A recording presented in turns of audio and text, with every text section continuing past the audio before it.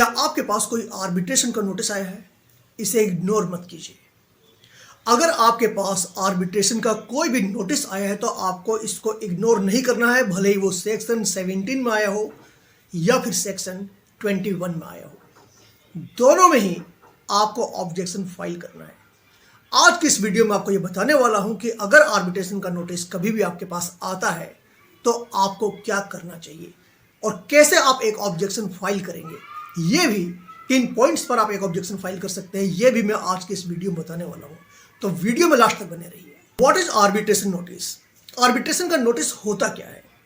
कभी भी अगर आप अपने लोन या क्रेडिट कार्ड के पेमेंट का डिफॉल्ट करते हैं तो आपका लेंडर यदि चाहे तो एक आर्बिट्रेटर को नियुक्त कर सकता है, जो कि कोई जज नहीं होता है। इसे हम बोलते हैं सोल आर्बिट्रेटर।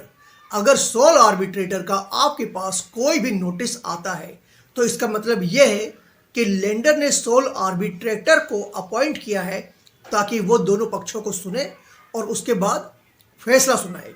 यह कार्रवाई कोर्ट की तरह होती है, लेकिन यहाँ पर कोई भी जज नहीं होता है। आर्बिट्रेटर जो होता है वो रिटायर्ड जज होता है, यानी कि उसके पास अब वो पावर नहीं है जो कि जज रहते हुए थे। या फिर कभी कभी ऐसा भी देखा गया है कि उनके ही पैनल का, आपके लेंडर की ही पैनल का कोई भी सीनियर एडवोकेट भी आर्बिट्रेटर का काम कर सकता है। लेकिन क्या ये लीगल है? ये लीगल है अगर आपने आर्बिट्रेशन प्रोसीडिंग्स के लिए एग्री किया था जब आपने लोन लिया था, और अगर नहीं तो आप इस चीज को चैलेंज कर सकते हैं। क्या आपको आर्बिट्रेटर के नोटिस का जवाब देना चाहिए? आपको बिल्कुल जवाब देना चाहिए। अगर आप जवाब नहीं देंगे तो आपका लेंडर यह कह सकता है कि बाय डिफॉल्ट आपने एग्री किया था। आपने अगर एग्री नहीं किया, अगर आप जवाब नहीं देते हैं, अगर आप ऑब्जेक्शन फाइल नहीं करते हैं तो आपका लेंडर ये कह सकता है कि आपने उसको एग्री किया था। ये आपके लिए एक बहुत बड़ी गलती हो सकती है। तो आर्बिट्रेशन के ऑब्जेक्शन के लिए लीगल ग्राउंड्स क्या है? पहला, आप ये कह सकते हैं कि मैंने आर्बिट्रेशन के लिए कभी एग्री किया ही नहीं। अगर आपने आर्बिट्रेशन के क्लॉज को नहीं देखा है अपने लोन एग्रीमेंट में, अगर आपने उसको साइन नहीं किया है, तो इसका मतलब यह है कि आपने कभी एग्री नहीं किया, और यह एक ग्राउंड बन सकता है उस नोटिस को चैलेंज करने का। दूसरा ग्राउंड यह हो सकता है, ज्यादातर मामलों में आर्बिट्रेशन जो करवाया जाता है वो आपकी सिटी से बहुत दूर, बहुत बाहर करवाया जाता है। उदाहरण के लिए अगर आप मुंबई में है तो हो सकता है कि आपका आर्बिट्रेशन दिल्ली में करवाए। अगर इतनी दूर आर्बिट्रेशन करवाया जा रहा है तो इट्स वेरी अनफेयर। आपको परेशान करने के लिए आर्बिट्रेशन ज्यादातर आपके शहर से बहुत दूर करवाए जाते हैं, एंड दैट्स अनफेयर, और इस ग्राउंड पर भी आप इसे चैलेंज कर सकते हैं। और तीसरा पॉइंट, अगर आर्बिट्रेटर निष्पक्ष नहीं है, अगर वो पक्षपात कर सकता है, और ज्यादातर मामलों में ऐसा ही होता है क्योंकि आपका लेंडर इसे अपॉइंट करता है, तो ऐसे मामलों में भी यही बात कहकर आप इसे चैलेंज कर सकते हैं, और आपको चैलेंज करना चाहिए। अगर आप चैलेंज नहीं करते हैं तो बाय डिफॉल्ट ये मान लिया जाता है कि आर्बिट्रेशन की प्रोसीडिंग्स को आप एक्सेप्ट कर रहे हैं। इसके बाद एक फैसला सुना दिया जाता है। अगर आप शांत है, कुछ नहीं बोलते हैं, तो एक तरफा फैसला सुनाया जा सकता है, एक पार्टी डिसीजन लिया जा सकता है, एक अवार्ड पास किया जा सकता है। तो एक ऑब्जेक्शन लेटर कैसे तैयार करेंगे? ऑब्जेक्शन लेटर के लिए आपको इन्हीं पॉइंट्स को बताना है। पहली तो बात आपको यह कहनी है कि आर्बिट्रेशन के लिए मैं कभी एग्री हुआ ही नहीं था। इससे पहले आपको अपने आर्बिट्रेशन के एग्रीमेंट की पूरी कॉपी देखनी है और देखना है कि इसमें यह क्लॉज डाला हुआ है या नहीं है। अगर आपके पास उसकी कॉपी नहीं है तो आप वो कॉपी अपने लेंडर से मंगवा सकते हैं, और उसके बाद आप एक ऑब्जेक्शन फाइल कर सकते हैं। दूसरा, अगर आर्बिट्रेटर ने ये प्रोसीडिंग कहीं भी किसी दूसरे सिटी में करवाने की कोशिश की है, then it can be a legal ground for you to challenge it. तीसरा, आप बहुत ही पोलाइटली उनसे ये भी कह सकते हैं कि आप सिविल कोर्ट में जाइए, मैं वहीं पर फाइट करना चाहता हूं। ये बात आपको बहुत ही पोलाइटली बोलनी है। मैं आर्बिट्रेशन की प्रोसीडिंग्स को समझता नहीं, मैं कंफर्टेबल नहीं हूं, और इसलिए आप कोर्ट में ही जाइए। और अगर वो कोर्ट में चले जाते हैं और अगर वो इस बात को मान लेते हैं तो आर्बिट्रेशन की प्रोसीडिंग को कैंसिल कर देंगे। कोर्ट में अगर चले जाते हैं तो वहां पर आप बेटर तरीके से इसे फाइट कर पाएंगे। और यहां मैं आपको एक बात और बोलना चाहूंगा कि जब आप ऑब्जेक्शन फाइल करते हैं और अगर आर्बिट्रेशन का क्लॉज नहीं है उस एग्रीमेंट में, तो उस एग्रीमेंट की एक कॉपी को अटैच करते हुए आप ऑब्जेक्शन फाइल कीजिए। अगर आपको समझ में नहीं आ रहा, अगर आपको बहुत कॉम्प्लिकेटेड लग रहा है, तो आप हमारे पास आ सकते हैं, हम आपकी सहायता कर सकते हैं आर्बिट्रेशन का नोटिस आने पर उसके लिए एक ऑब्जेक्शन फाइल करने में। अगर आप इसको इग्नोर करते हैं पूरी तरीके से कि आया, मुझे कुछ करना ही नहीं, तो ऐसी स्थिति में आपको ध्यान रखना कि ये डेंजरस हो सकता है, खतरनाक हो सकता है। आर्बिट्रेटर एक तरफा फैसला सुना सकता है। फैसला सुनाने के बाद उसे एग्जीक्यूट करवाने के लिए वो कोर्ट में जा सकता है। वो आपकी तनख्वाह अप टू 50% कटवाने का आदेश दे सकता है। आपके घर की जो भी मूवेबल प्रॉपर्टी है उसे अटैच करवाने का ऑर्डर दे सकता है। वो ये ऑर्डर दे सकता है कि आपको पूरा का पूरा पेमेंट करना है, प्लस एक्स्ट्रा चार्जेस जो भी खर्चे आपके लेंडर के लगे हैं वो भी अब आपको ही पे करने, क्योंकि आपकी गलती से तो उन्होंने ये सारे कदम उठाए हैं।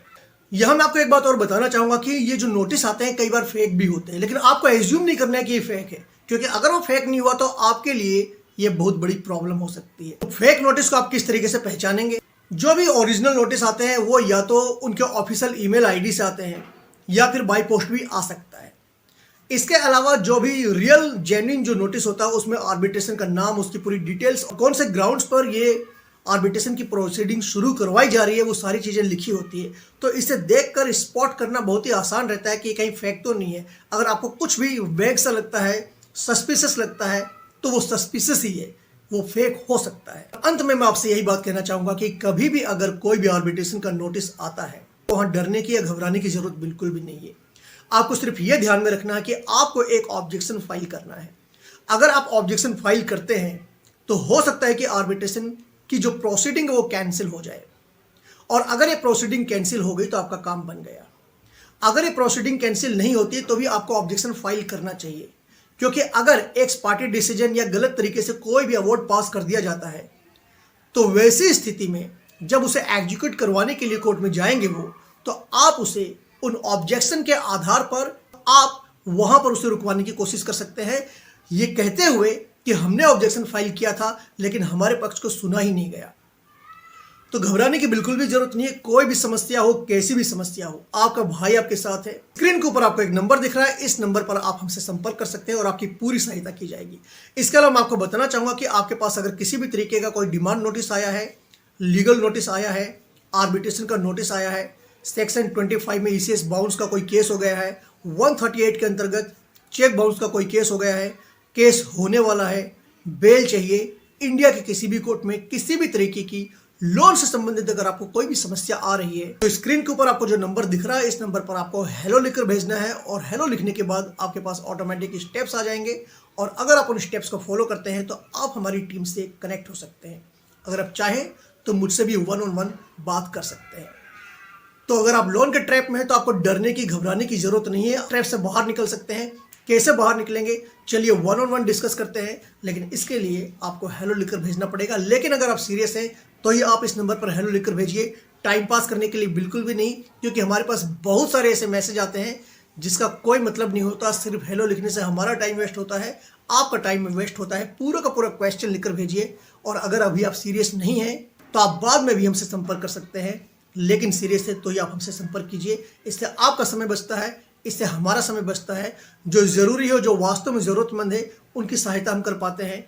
नहीं तो आपके हेलो और हाय को देखते देखते हमारा पूरा टाइम निकल जाता है। ये नंबर आपको जो दिख रहा है ये हेल्पलाइन नंबर नहीं है, बल्कि आपके लिए लाइफ लाइन है। आपको लोन के ट्रैप से पूरी तरीके से बाहर निकालने में ये नंबर आपकी सहायता कर सकता है। जो लोग मेरी वीडियो को पहली बार देख रहे हैं मैं उनको बता दूं किस तरह के वीडियोस मैं बनाता रहता हूं। तो आपको करना क्या है, मेरे चैनल को सब्सक्राइब करना है और बेल बटन पर क्लिक करना है। इससे जब कभी भी कोई भी नया वीडियो पोस्ट किया जाएगा तो उसकी नोटिफिकेशन आपके पास सबसे पहले आ जाएगी। चलिए आज की वीडियो में बस इतना ही। मिलता हूँ जल्दी ही, हमेशा की तरह आप सभी लोगों के साथ अपने अगले वीडियो में। तब तक के लिए अपने भाई, अपने दोस्त को आज्ञा दीजिए। Bye bye.